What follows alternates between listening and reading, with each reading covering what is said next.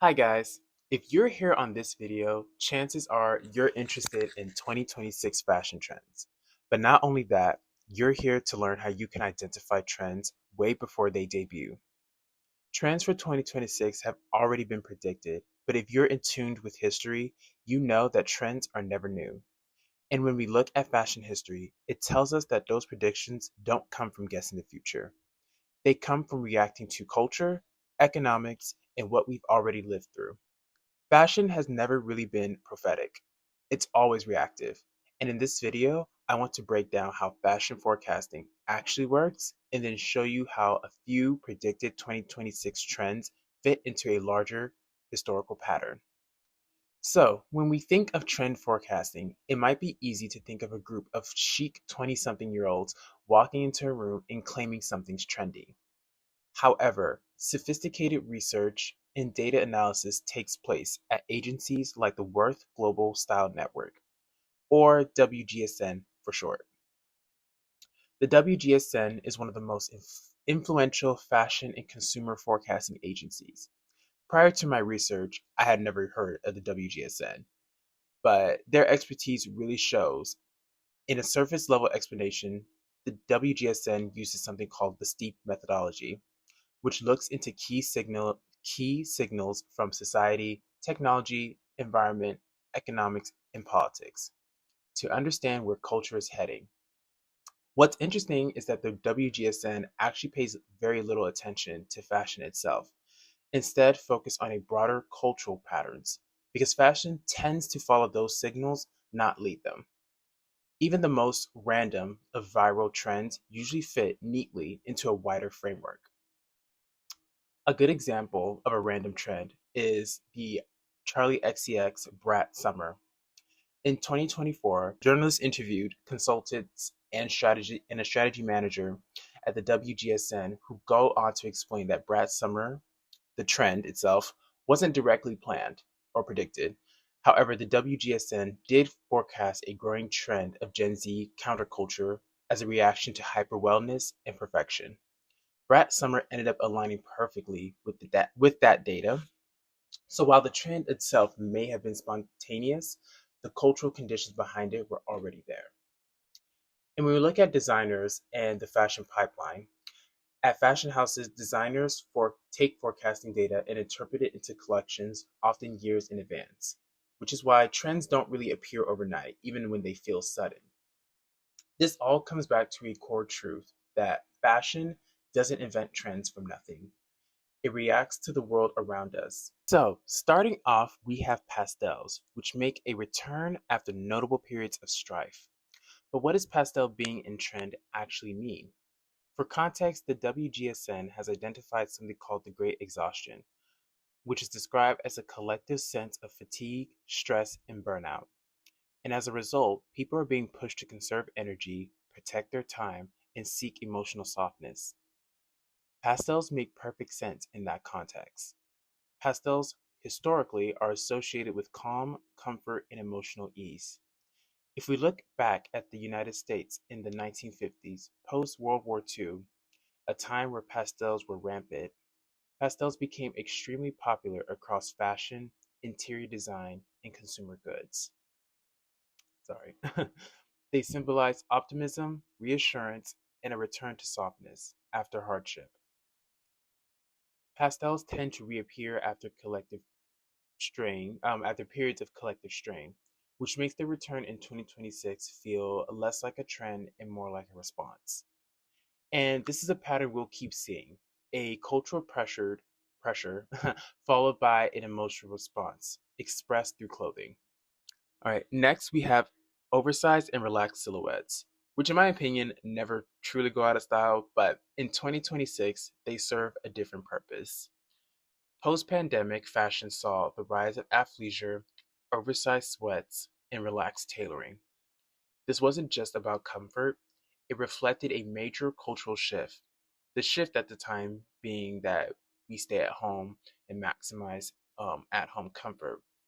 Not only comfort, but general shift towards healthy living, ultimately. Since the pandemic, many of us have been tracking our steps, our heart rates, and sleep cycles, and productivity. Over time, this has turned into a kind of self-optimization nightmare. If relaxed silhouettes are returning in a big way, it may be another signal of another cultural pivot, one that moves away from constant productivity and one that moves towards rest and variability and recovery. So it's very interesting. You might want to pay attention to brands that shift their messaging from optimization to ones about slowing down and taking it easy. All right, so gold, which is an interesting one to me, but the more I researched it, it made more sense. Historically, gold has been a symbol or has been symbolized to mean stability during periods of uncertainty. And the sentiment resonates strongly with a generation navigating economic anxiety, like job instability, and long term financial insecurity. Gold's return isn't just an aesthetic, it's psychological. What's especially interesting is how the thriving pre-owned luxury market reinforces gold both as a color and as a material, as something durable, meaningful, and worth holding onto long term. It reminds me a bit of like French royalty in the 1800s. Don't quote me on the time frame of that, who would escape during periods of political unrest with gold accessories sewn into their garments as contingency plans. Gold functioned as a portable security, and today we're seeing a similar impulse, not in the same literal way, but emotionally and symbolically. At the same time, gold signals a subtle shift away from restrained, quiet luxury that dominated much of the 2020s. Its return suggests a renewed comfort with opulence and visual richness, not as excess, but as reassurance. In this context, gold isn't about flash, it's about stability, value, and a survival in uncertain times. Right. The Guardian design. People, particularly Gen Z, have developed a stronger instinct to protect themselves, whether it be from big data companies, digital surveillance, or everyday physical risks. That concern is not abstract, though. In New York, pickpocketing has reached a 10-year high, December 2023. Oh, in December 2023, with 410 reported incidents per 100,000 people in a single month. This data or these statistics have gone down since then, not to fearmonger. Across Europe, police recorded thefts increased by 4.8% and robberies by 2.7% in 2024. Public spaces feel less secure and people are adjusting their behavior accordingly. Fashion is beginning to reflect that shift as well. We're seeing more built-in anti-theft and privacy protection features incorporated into clothing and accessories, a movement the WGSN refers to as the Guardian design.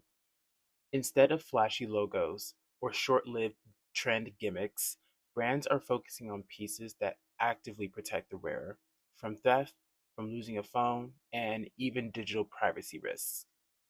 And honestly, I welcome this because as someone who loses their phone quite often or their wallet, it feels way more disruptive nowadays than it did like 10 years ago to lose our devices.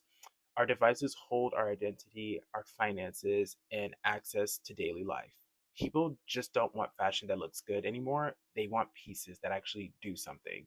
Then there's craftcore, a renewed focus on texture in an era dominated by AI and digital acceleration. It's no surprise that people are craving things that feel human. When I think of craftcore, I think of handmade pieces, attention to detail, and work that visibly carries care and attention. You can feel when something is made by a person, and people want that right now. Craftcore isn't about nostalgia, it's a response to digital overload, a way of reasserting human presence in an increasingly automated world. What we're seeing in these trends isn't a fleeting pop culture moment that suddenly sparks creativity. It's a sequence of patterns that shapes how trends are created in the first place. You don't need to be a social media wizard to predict what's going to trend and what's not. Fashion cycles because human problems cycle. The clothes change, but the pressures don't. And if you notice a pattern across these trends, that's the point. Every trend follows the same sequence: pressure, reaction, expression. Once you understand that, fashion responds Once you understand that fashion responds to outside forces, trends stop feeling random. They become evidence of what we're afraid of, what we value, and what we're trying to heal. So, so thank you for listening to my video, guys. If you want to understand fashion in ways you never thought of to think before, please subscribe to my channel and tell me in the comments what trends you want me to explore in depth moving forward. Um, and if you joined me from my TikTok or Instagram, please know that I appreciate you for clicking on this video. Took a lot in me to even record, but I want that to not be the case. So, thank you guys for listening, and I shall catch you guys in the next video.